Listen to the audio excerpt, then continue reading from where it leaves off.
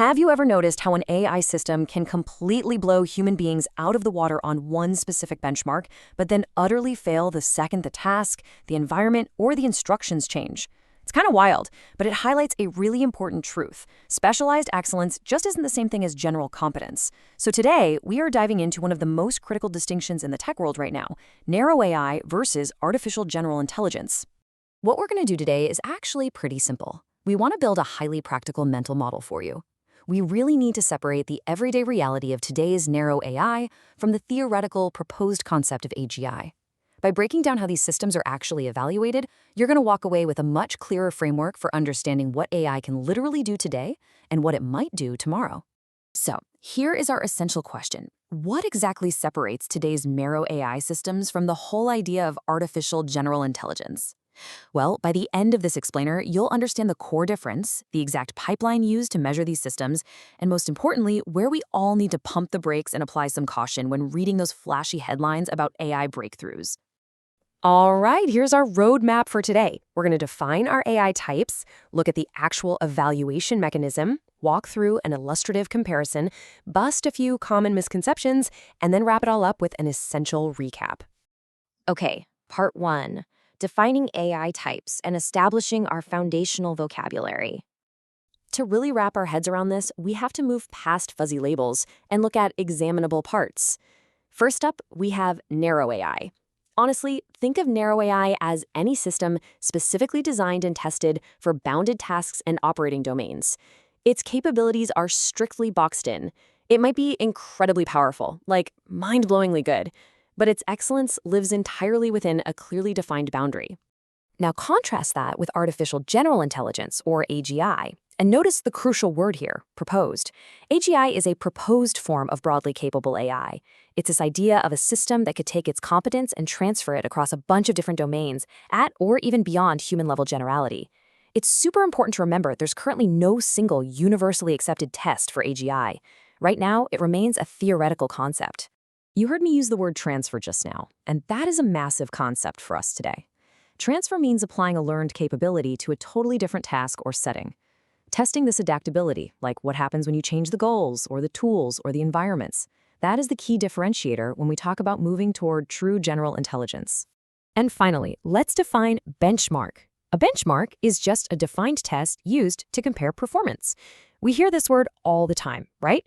But high performance on a benchmark is really just one piece of the puzzle.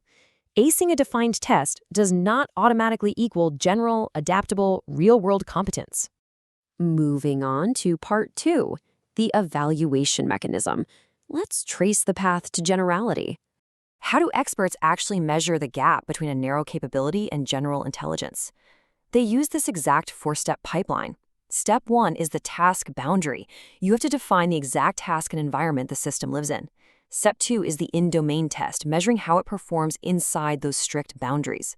Step 3 is the big one, the transfer test. What happens when the goals or environments change? Can it actually adapt? And finally, step 4 is the generality claim. This is where you have to carefully separate the specific adaptation you just tested from grand sweeping claims about having open-ended AGI. Assumptions and errors can sneak in at every single one of these stages, so the path matters just as much as the result. All right, part 3. Let's do an illustrative comparison and apply this to some real systems. Let's make this conceptual path totally visible. Let's compare a chess program with a general digital assistant. The chess program lives in a super narrow, bounded domain. It plays with extraordinary strength. It will absolutely crush the world champion, but it can't plan a trip to the grocery store for you. Now, on the other side, a general digital assistant handles a much broader range of inputs: text, images, tools, but as you've probably seen, it still shows surprisingly brittle errors, uneven skills, and relies heavily on engineered infrastructure. Breadth alone doesn't equal AGI. So why does this matter for you practically? Here's a fantastic rule of thumb. You should always use narrow AI as your default description for deployed systems, unless broad generality is robustly demonstrated under incredibly demanding tests. You have to match the method to the question, the data you have, and the cost of making an error. Don't assume a system can handle a totally novel task just because it's technically brilliant in another area. Let's jump into part 4, common misconceptions and the limits of benchmarks. It's time to talk about boundaries. You will see this claim everywhere online. High performance on many benchmarks proves AGI. It sounds super plausible, right? Like, if it aces a law exam, a medical exam, and a coding test, it's got to be generally intelligent. But as we've learned today, that is a massive oversimplification. Here is a much more accurate view. Does benchmark breadth indicate a wider capability? Yes, for sure. But AGI remains a highly contested concept. It requires undeniable evidence of robust transfer and general competence across totally unseen domains. Remember, reliability, autonomy, learning capability, all of that matters just as much as a test score.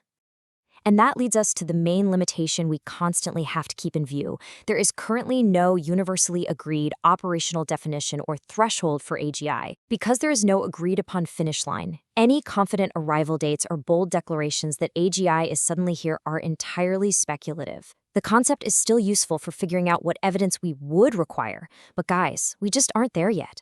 Finally, Part 5, the essential recap. What, how, and when? Let's do a quick retrieval sequence to lock this all in.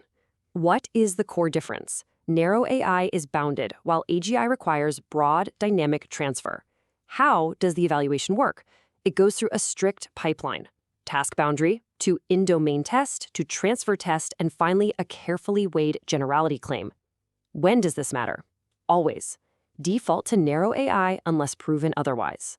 So the next time a tech CEO gets on a stage and promises an AI that can do absolutely everything, ask yourself, did it actually transfer its learning to a completely unknown environment, or did it just memorize a brand new test?